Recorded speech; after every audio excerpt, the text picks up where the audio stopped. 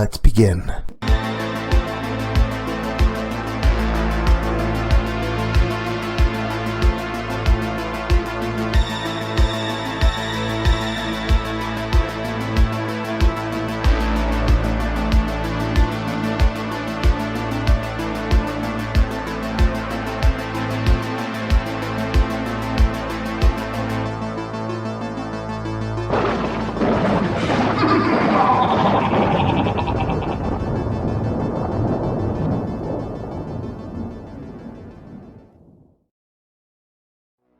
Hey there, scary story fanatics. Welcome back to Cleaving Thought from Bone with your host, Sociopathic.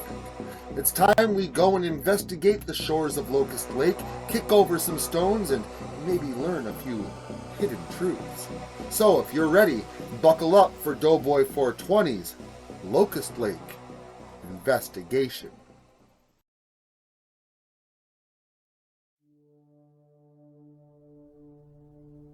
The curse on Locust Lake had been broken. The tainted waters cleansed like a chaotic dialysis. All of the locusts had been destroyed. All of the evils snuffed out, and the beasts satiated.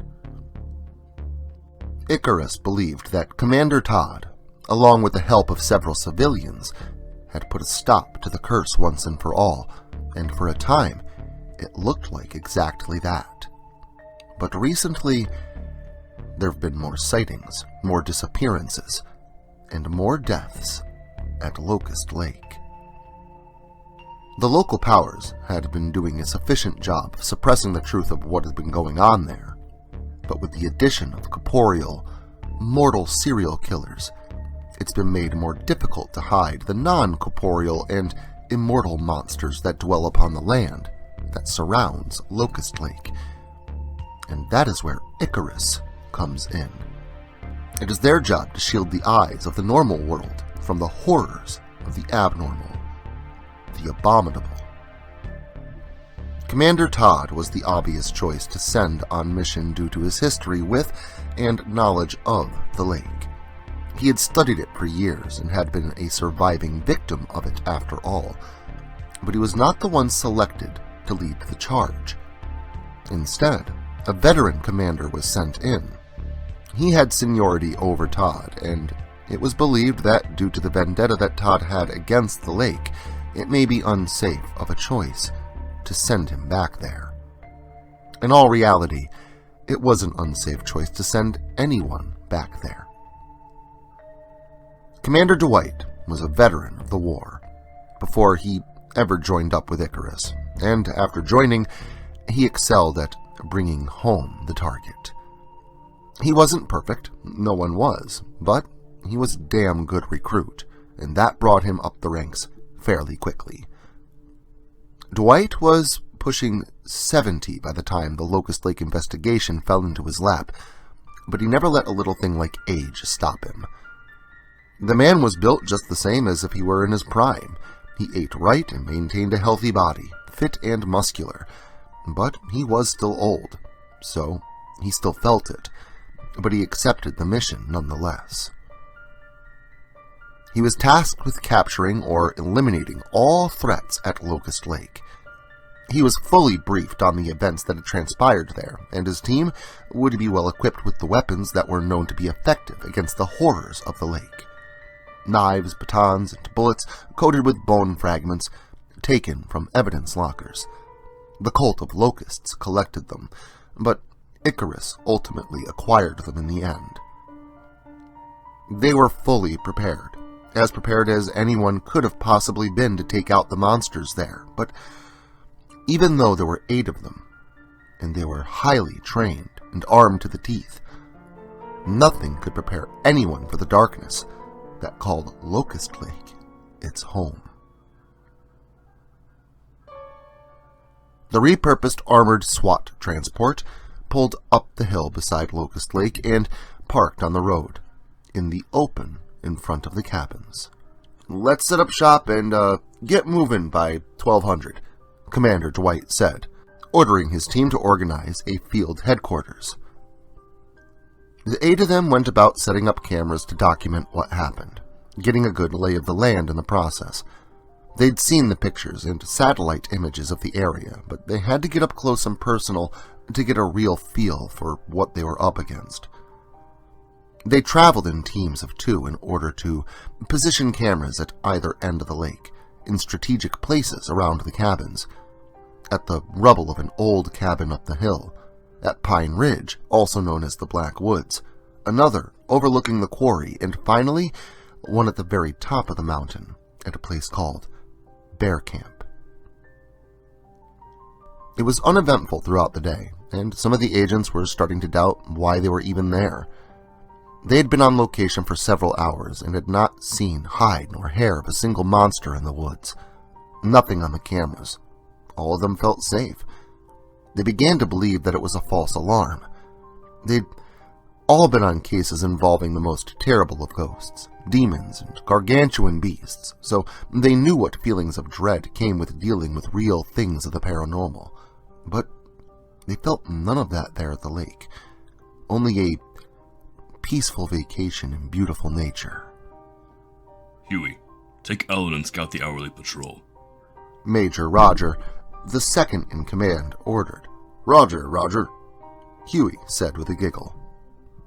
Need I remind you that I'm your commanding officer? Major Roger scolded the agent. No, sir. I apologize, sir, Huey said, straightening up his stance to attention. Get moving!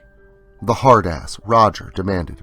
Sir, yes, sir, Huey agreed, before marching off to get Ellen from HQ to make their patrols. Roger is such an asshole, Ellen agreed with Huey after hearing the story. A major one, Huey joked with a pun. The 2 of them were nearly to Pine Ridge Cabin when they heard a snap of a twig off to their side down the hill. It was getting dark by that time, so their flashlights came out. They scanned the area, ready for a monster to jump out of the bushes at any moment. Another twig broke, and the 2 of them snapped their lights toward the sound, where finally, there, standing in the shadows, was a very massive raccoon scurrying through the bushes. Jeez, you see that thing? Asked Ellen, as she turned around to find that she was completely alone in the growing darkness of the forest. Huey? Ellen called out to him, but got no reply. Come on, Huey, this isn't funny, she added as she scanned the area with her flashlight. No response. The area was completely silent. Not even a cricket could be heard in the heavy, encroaching blackness of the night. Agent Huey, come out at once. Stop playing games, Agent Ellen ordered of her companion. Silence. Then, as she walked along, she felt something tap her on her shoulder. She spun in place and looked around, but there was no one there. She felt it again in almost the same place, a tapping on her shoulder. She brought her hand up and placed it to where it was wet. The woman looked at her hand and saw that her fingers were red. Agent Ellen turned her flashlight up to the trees where she saw her teammate suspended in the air, almost as if the trees were holding him in place. But upon closer inspection, she found that it wasn't the tree, not exactly. A cold, pale figure emerged from the branches, her flesh stretching and coiling through the wood as if she were fused with the tree. A ragged cloth hung from her slender form, gray, mud-covered clothing beneath. Her face looked like twigs that stuck out from the tree branches at first glance, but then it came more clearly into view. What Ellen at first thought were twigs were actually antlers that stuck out from a deer skull that was fastened to a wooden mask with old, rusty wire. The thing's pale arms twisted like branches to stretch out and confine her fellow agent. Ellen aimed her rifle and began firing at the monster, filling it with several specialized rounds of ammunition. The thing let out a screeching howl before dropping Huey right onto Ellen like a sack of bricks, before it receded back into the branches of the tree, as if it were never there in the first place, and only the forest remained once more. Ellen crawled out from under her lifeless teammate. He was cold and white. His skin was covered in cuts and bruises, as if he had run through a patch of blackberry thorns. He was cut up pretty badly, and his eyes just stared off at nothing, his jaw hanging open in an eternal look of horror. The poor man's chest was ripped open, torn completely through his flak vest and through his ribcage, where his internal organs had been eviscerated and left as a pile of oozing mush inside the shredded cavity of his torso.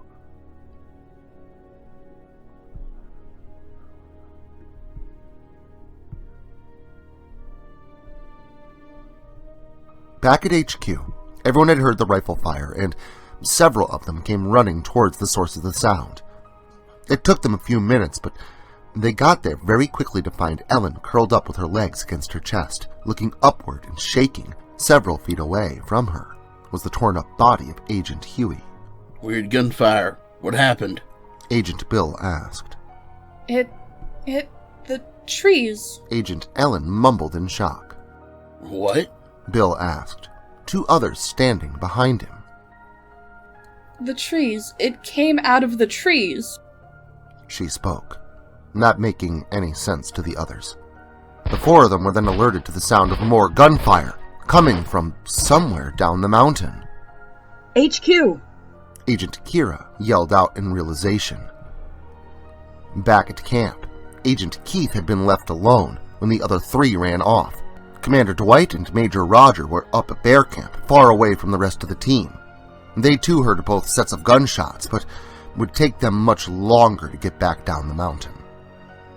Agents Lee, Ellen, Kyra, and Bill made their way back to their armored vehicle headquarters beside the lake, only to find that nearly every inch of the interior of the vehicle was covered in blood and unknown bits of tissue. Much of the computers and monitoring equipment were completely ruined. Only the data on the cameras would be functionable. No backup data or eye in the sky to watch over them. They were all completely blind. Shit, everything's trashed. Bill said with a sigh. Where's Keith? Kyra asked. That's Keith. Lee said, pointing to the blood that soaked the van. But where's the rest of him? Kyra questioned. It was then that they heard a strange sound, like a squelching snap would be the best way to describe it. The four of them followed the sound to find a large, beastly figure sticking the upper torso of Keith's body onto a broken branch, after having already stuck his lower half on a branch higher up, his body torn completely in half and pinned onto the tree that the butcher of Locust Lake liked to decorate. The four of them immediately opened fire on the behemoth in the patchwork mask. Bone dust-lined bullets tearing through Casper's rotting flesh like a hot knife through butter, coagulated, almost black blood splattered and oozed out of the wounds. Putrid lake water leaked out of his lungs where bullets had ripped through them. His body was riddled with holes, and the beast dropped like a sack of rotten potatoes, lying face first in bits of his own thick, coagulated blood. They'd done it. They'd killed the gargantuan beast, the butcher of Locust Lake, and it was much easier than they had expected. We did it? Bill asked.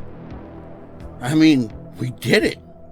He celebrated and began to cheer, turning to have a moment of triumph with his teammates, but in their celebrations, they didn't see the beast of a man abruptly sit up. I can't believe we actually pulled it off, Kyra said, getting a chuckle of agreement from her fellow agents and friends before a farming sickle tore out the front of her face, where it was then pulled backward out the back of her head from where it had come. Ellen screamed in terror and dropped the rifle to the ground before running off into the darkness, past the edge of the lake and down the hill in an attempt to escape. Bill and Lee opened fire on Casper Stoical once more, but it was almost of no use.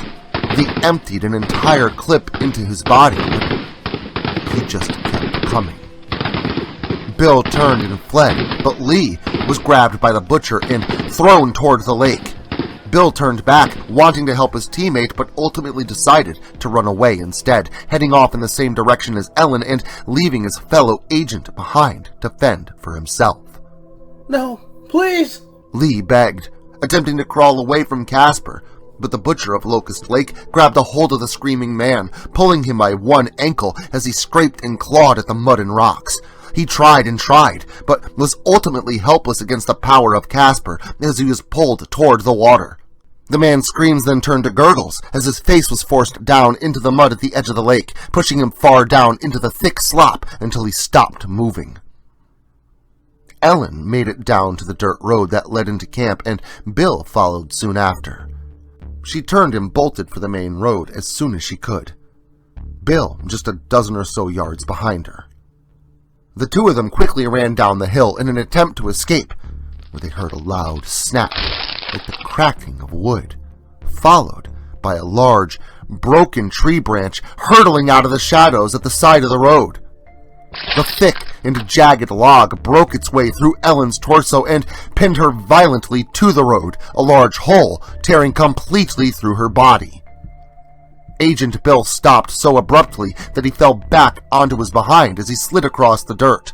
Jacob Treagle slowly stepped out of the forest from where the large branch had come, and the young man turned tail and ran back up the hill, passing right by the camp and running further up the road.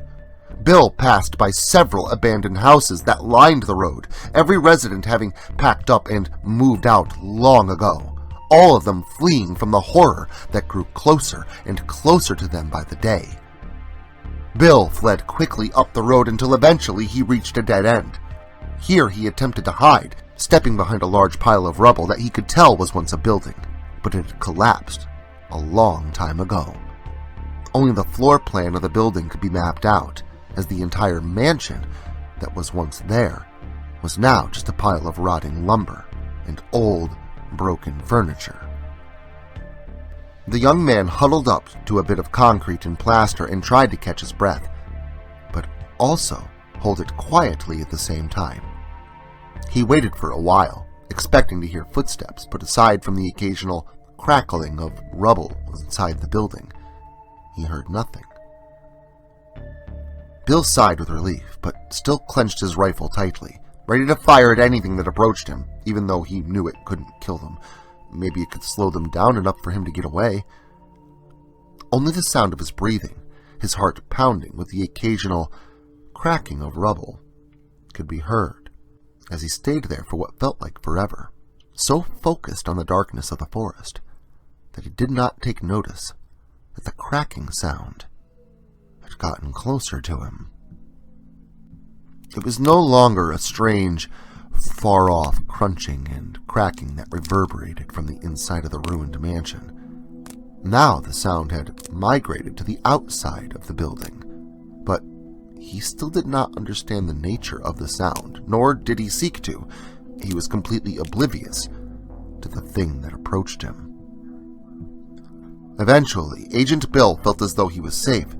He still had to find a way off that damn road. He was surrounded by forest after all, but he was safe, almost home free. Then, as he stepped away from the plaster that he hid behind, it pounced on him, a frail and thin-looking beast, malnourished, nothing but skin and bone, its arms and legs kind of unnaturally long, a gaunt, pale thing, gray, sickly skin, its ribcage frame partially covered by an old, ragged, crimson-colored coat, ripped and torn, as were his trousers, or what was left of them. It was hard to tell what color they once were. Now, they were long stained with mud and blood. It jumped from the ruins where it had been stalking him and landed on him, knocking him to the ground and pinning him there as it roared over top of him, screaming at his face. Putrid, vicious saliva dripping down onto the horrified man's face as he looked up in terror to the hollow eye sockets of the creature that overpowered him. The poor man struggled against the creature, but it was of no use, and the night air was filled with his dying screams as the monstrous thing bit down onto him and began to devour his flesh, straight from the bone. Commander Dwight and Major Roger were all that was left of the crew from Icarus. He and Roger had made it down to HQ to find blood everywhere, and quickly thereafter they found several bodies. Keith, Kyra, and Lee were all quickly located. Ellen was found a short time later. They didn't see Huey or Bill, but they correctly assumed that they too were deceased. Dwight had lost his entire team, something that had never even come close to happening in his very long career at Icarus, and he was a bit taken aback by the fact that after 40 years, he'd lost. I should have been here. I should have stayed at HQ, Dwight said with a kind of quiet and melancholy tone. I still failed them, Major. Dwight paused. But at the very least I can avenge them, Dwight finished, glaring out into the darkness of the forest as he and Roger returned to camp at Locust Lake. The place was filled with old, rusted-out cars and trucks, left there long ago by victims of the lake. But they were there for one vehicle in particular, the repurposed SWAT vehicle, and more importantly, what was inside: guns, ammunition, and a big black box. The two of them gathered as much as they could, and then they purposefully attempted to draw in the demons of the lake. They cranked up the radio in the armored SWAT vehicle and blared heavy metal music, while the two of them yelled out taunts to the monsters there. Casper? What kind of name is that? Sounds like a big wuss to me, Dwight yelled. Jacob, I can't believe how stupid your parents were to keep you around. A monster like that? Wow, what great parents. Roger shouted out sarcasms. Amadeus Shaw, you were a shit parent too. Both your children gone because of you, and now you're just a child's plaything, Dwight began. Dr. Sarah Clark, you really believe you could erase all that trauma? Really?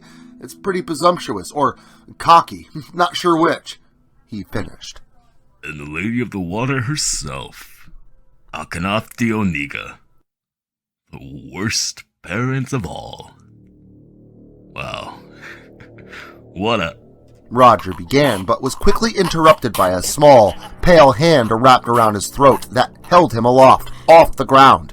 He gasped and struggled as he looked down at the small figure of a woman, her body covered by animal skins and mud. Her hair was smooth and jet black, and her eyes lit up the darkness, growing with sanguine color, as blood ran from their corners in endless tears. She stood in a muddy puddle, feet together, gripping tightly onto the man's throat as he struggled for air. I'm sorry. Roger attempted to apologize to the vengeful spirit, but she simply glared back up at him with centuries of pain and malice.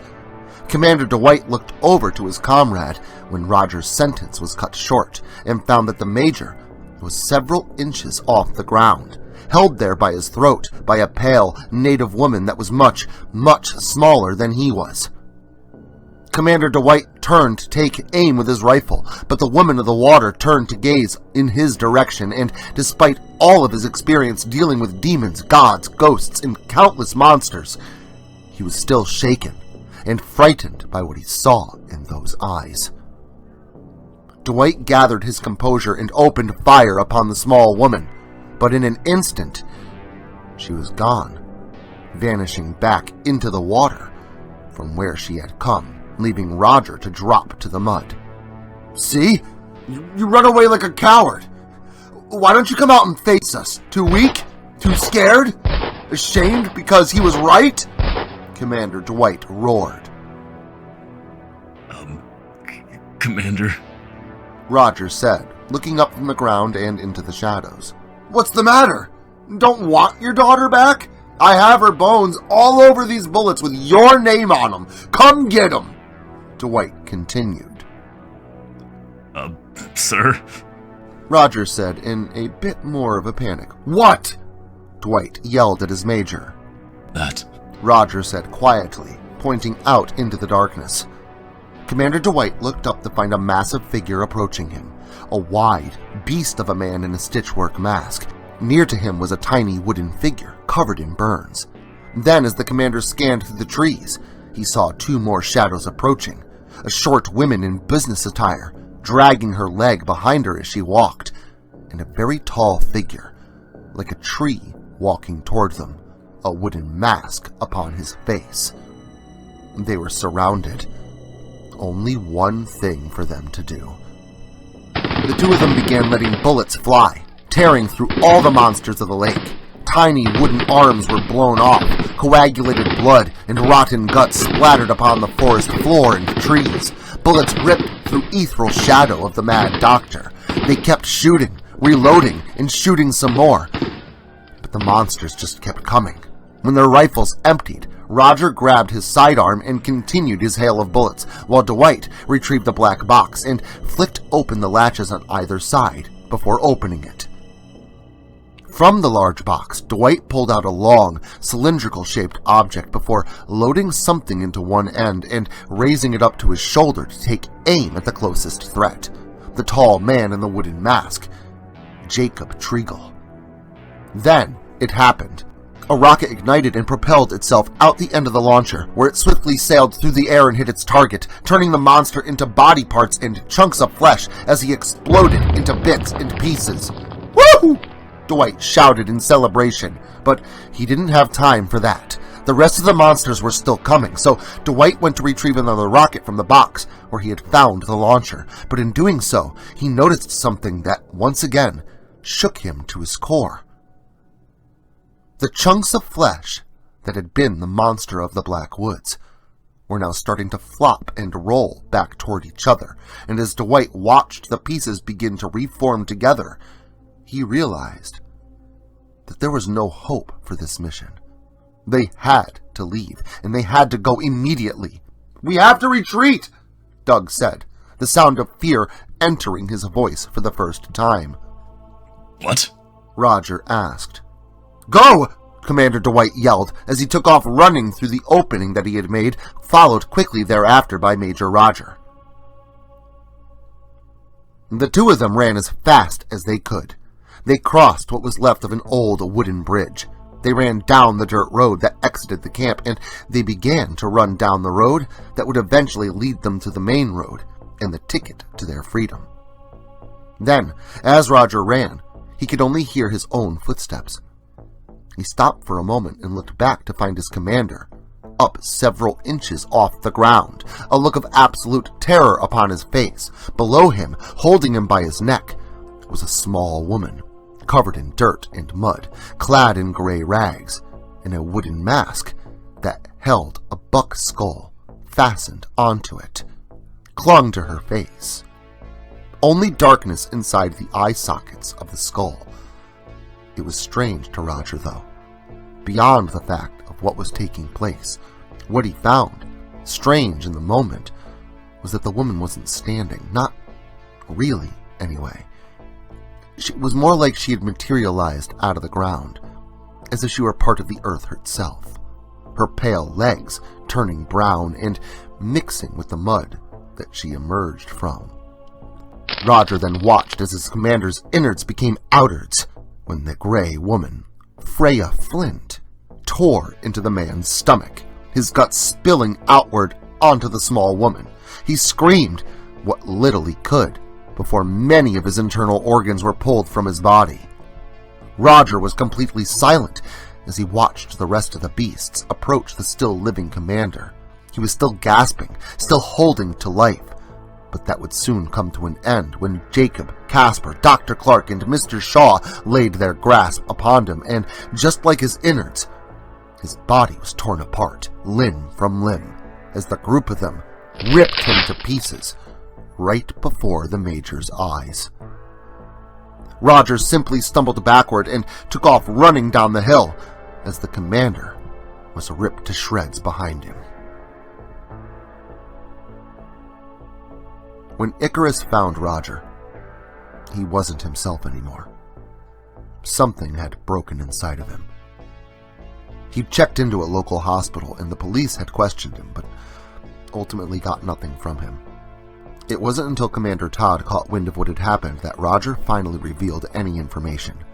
Any useful information, anyway. Just ramblings that no one could really understand. No one aside from Todd Jacobs, anyway. The Major spoke of the locusts at the lake. Casper Stoical, the man in the stitchwork mask. Jacob Treagle, the burned man of the Black Woods. Dr. Clark, the rotting doctor. Mr. Shaw, the mad marionette. And Akinifty Oniga, the woman of the water. But instead of the expected addition of the Redcoat, whom Roger had not seen, instead, Todd was met with a description of a pale woman in gray, a buck skull fastened to her face with wire. Something new. Something Commander Todd had not encountered before. The curse was gone. The locusts were killed. Everything was as it should be. What happened? How did they come back? How did this curse change? How did it mutate into something new and re-emerge? All these questions went through the mind of Commander Todd, and with a little sleuthing and the help of some Icarus satellite imagery, he found whom he felt was probably the culprit. The owner of a dark teal Ford Torino. Well, that just goes to show you, when you dig too deep, you could end up burned, or dead. But I sure hope you don't end up either, so that way you can return here next weekend for more gore galore. And until then, make sure to like, share, subscribe, and turn on notifications, so I can catch you all again next Saturday.